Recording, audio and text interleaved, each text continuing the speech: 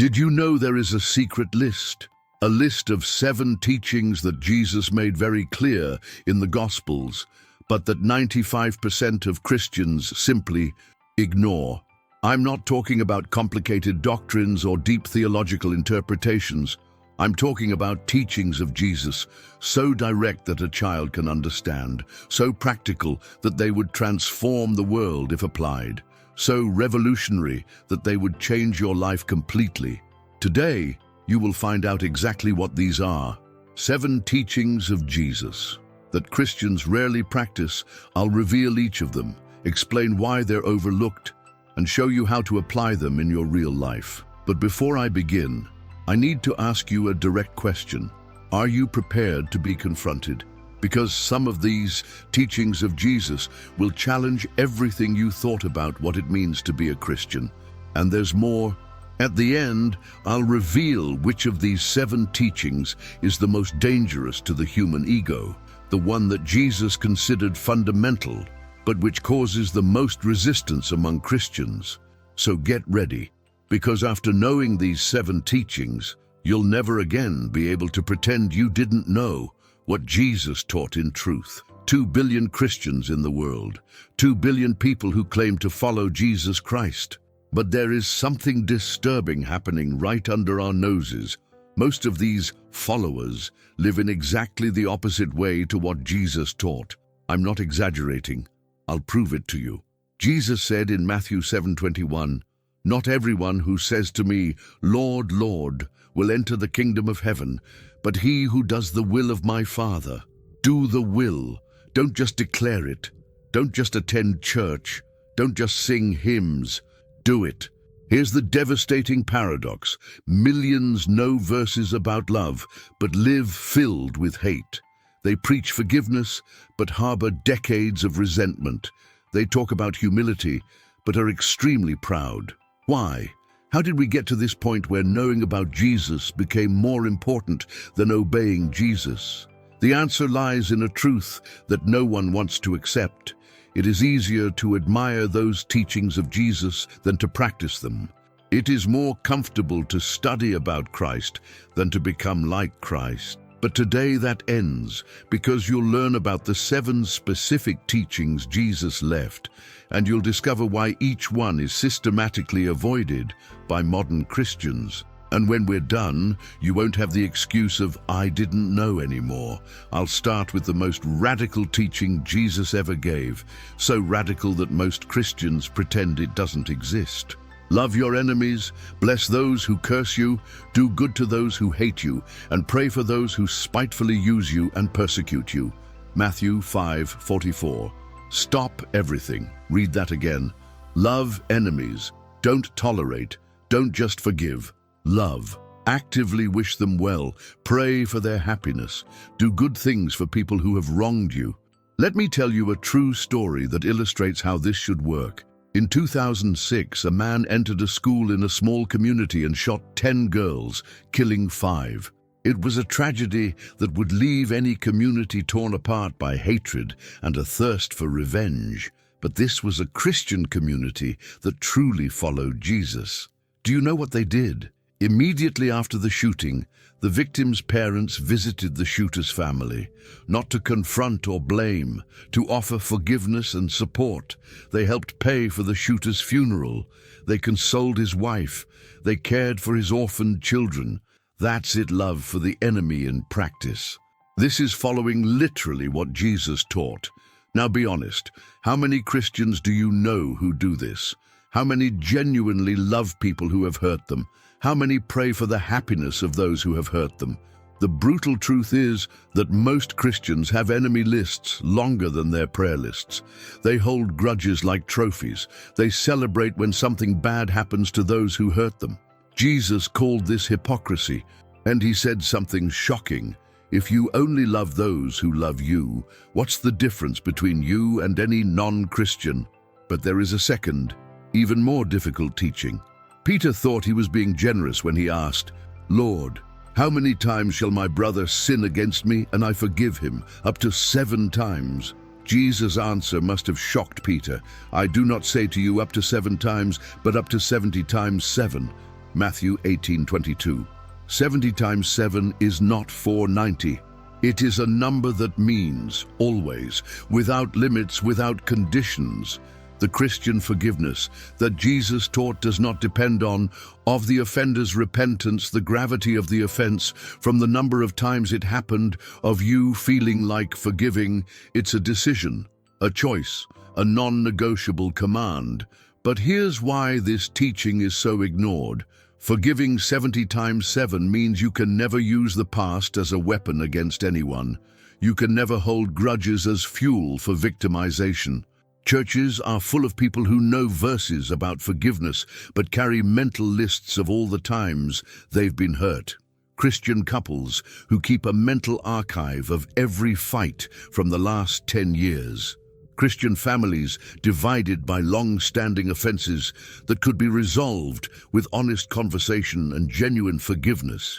Jesus was blunt on this point. In Matthew 6:15, he said, "But if you do not forgive others their trespasses, neither will your Father forgive your trespasses." It's not optional. It's a condition for receiving God's forgiveness. But true forgiveness requires something most Christians are unwilling to give: death to the ego. And this brings us to the third teaching. If you're enjoying these revelations, leave a like to show me that I should keep bringing you this kind of content. And if you haven't subscribed yet, please subscribe to the channel. Now, the third teaching that few practice. Truly I tell you, unless you change and become like little children, you will never enter the kingdom of heaven. Matthew 18:3, humble as a child. Not false humility or self-deprecation, but the genuine humility of one who recognizes his or her total dependence on God. Observe a young child. They don't pretend to know what they don't. They're not afraid to ask silly questions. They naturally trust their parents. They don't wear social masks or intellectual pride. This is the humility and faith that Jesus required of all his followers. But what do we see in churches today? Christians inflated by their own biblical knowledge, leaders who can't stand being questioned, people who have turned faith into a competition of who knows the most, prays the loudest, and fasts the longest. Jesus hated this religious mindset. In the Sermon on the Mount, the first beatitude was, "Blessed are the poor in spirit, for theirs is the kingdom of heaven." Matthew 5:3, poor in spirit. Those who recognize their total spiritual bankruptcy, who know they deserve nothing from God, who depend completely on grace. It is the complete opposite of the arrogant Christianity we see today. Genuine humility is revolutionary because it destroys the need to compete, compare, and impress. It frees you from the prison of the religious ego. But true humility always expresses itself in a specific way. But when you give to the needy, do not let your left hand know what your right hand is doing, so that your giving may be in secret. And your Father, who sees what is done in secret, will reward you openly. Matthew 6:3-4. Jesus was establishing a revolutionary principle.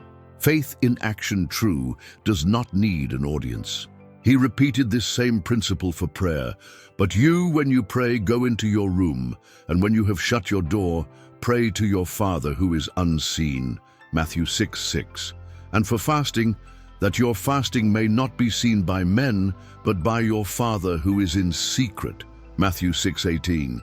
Did you notice the pattern? Jesus was directly attacking performative religiosity, the spirituality of display, the faith that only exists when there's an audience. But today, we live in the age of Christian influencers. Everything needs to be posted, shared, and applauded. Prayers only happen in public. Generosity only exists when someone is filming.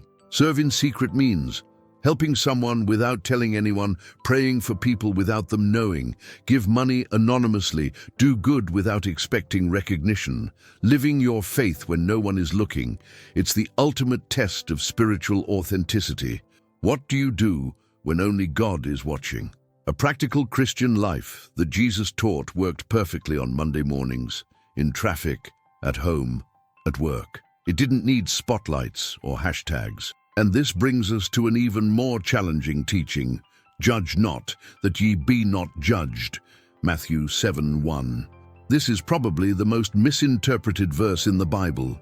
Most people think Jesus was forbidding any kind of discernment or evaluation.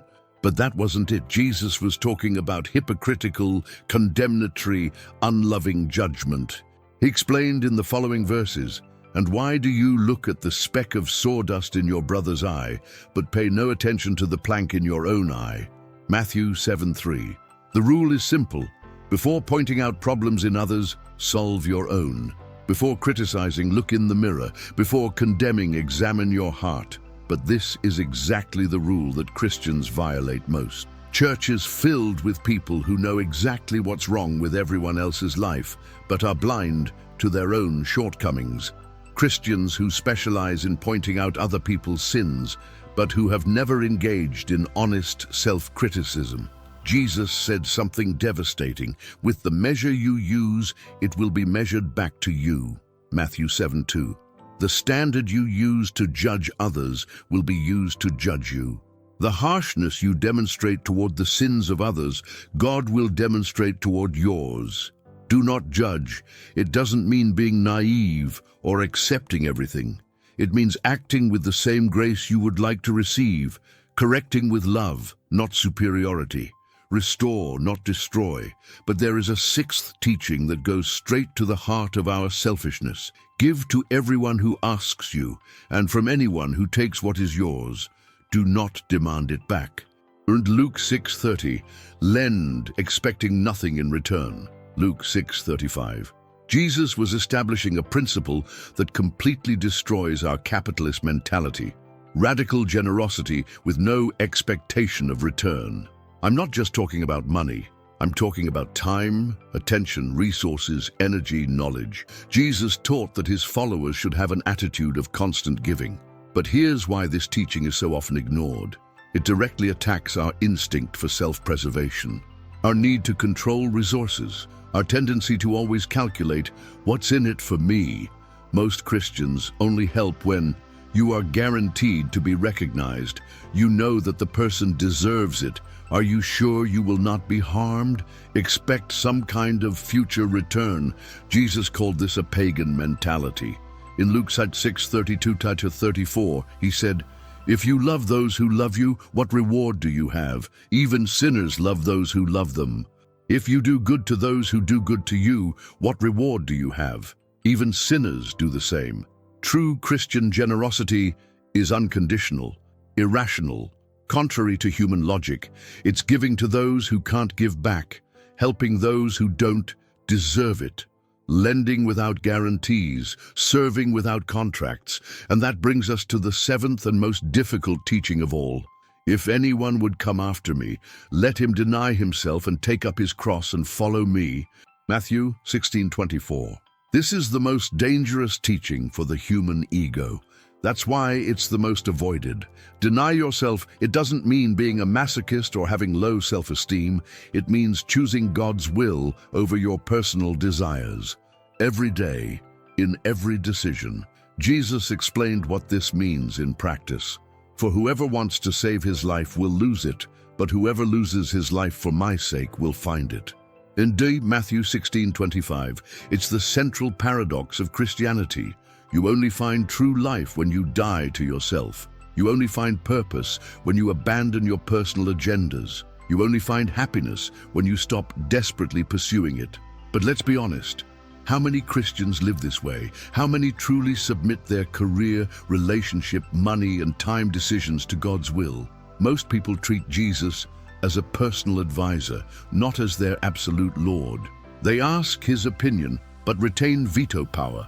They want his blessing for their plans, not his plans for their lives. Deny yourself daily means choosing to forgive when you want to retaliate, choose to serve when you want to be served, choosing to give when you want to receive, choosing to obey when you want to rebel, choosing humility when you want pride. It's the daily death of the ego, and that's exactly why few do it. But now that you know the 7 teachings, I need to ask you a crucial question. Now you know the 7 specific teachings that Jesus made very clear. Love your enemies, not just nice people. Forgive 70 times. 7. No limits, no conditions. Be humble like a child. Recognize your total dependence on God. Serve in secret. True faith does not need an audience.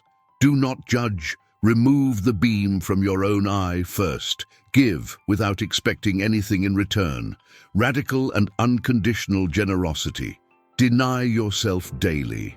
Choose God's will over your desires. The question you need to answer now is devastating. How many of these 7 do you actually practice? Be brutally honest, not with others, with yourself. Do you genuinely love people who have hurt you? Or do you keep lists of hurts? Do you forgive without limits? Or do you have secret conditions for your forgiveness? Are you genuinely humble? Or do you disguise pride with spirituality? Do you serve when no one is watching? Or does your faith only work with an audience? Do you judge with the same grace you'd like to receive? Or are you an expert on other people's flaws? Do you give without expecting a return? Or is all generosity an investment in disguise? Do you die to yourself daily? Or is Jesus just a consultant for your personal plans? These questions reveal something disturbing. You may discover that you're not as Christian as you thought. You may discover that you know about Jesus, but you don't truly follow him. And that brings us to the final revelation. Remember the promise I made at the beginning, that I would reveal which of these 7 teachings is the most dangerous to the human ego? It's the 7th. Deny yourself daily. Why? Because all the other 6 depend on this one. It's impossible. Love enemies without dying to pride. Forgive 77 without dying for revenge. Being humble without dying to the ego. Serve in secret without dying for the need of recognition. Do not judge without dying to the feeling of superiority. Give without return, without dying to selfishness. The daily death of the ego is what makes all other teachings possible. But here's the most shocking truth. Jesus said it's not optional. In Luke 9:23, he made it clear, if anyone would come after me, he must deny himself and take up his cross daily and follow me. Every day. Not once at baptism. Not just on Sundays. Every day. And now we come to the moment of absolute truth. Jesus said something that should be plastered on the wall of every church. Why do you call me Lord, Lord, and do not do what I say? Luke 6:46. This question echoes through the centuries and reaches you today. Why do you call Jesus Lord, but do not do what he taught? Why do you sing about following him, but ignore his specific teachings? Why do you say you love him, but live the exact opposite of what he commanded? The choice is now yours. Will you remain an admirer of Jesus, or will you become a true follower? Are you going to continue pretending you don't know these 7 teachings, or are you going to start practicing them today? Because Jesus was very clear. Not everyone who says to me, Lord, Lord, will enter the kingdom of heaven, but he who does the will of my Father. Do. Not just know, not just admire. Do. If this video challenged you, share it with other Christians who also need to hear this truth. Leave a comment telling us which of these 7 teachings challenged you the most. And remember, Jesus is not interested in admirers who applaud from afar. He is looking for disciples who obey closely. The final question is, which of the 2 will you choose to be?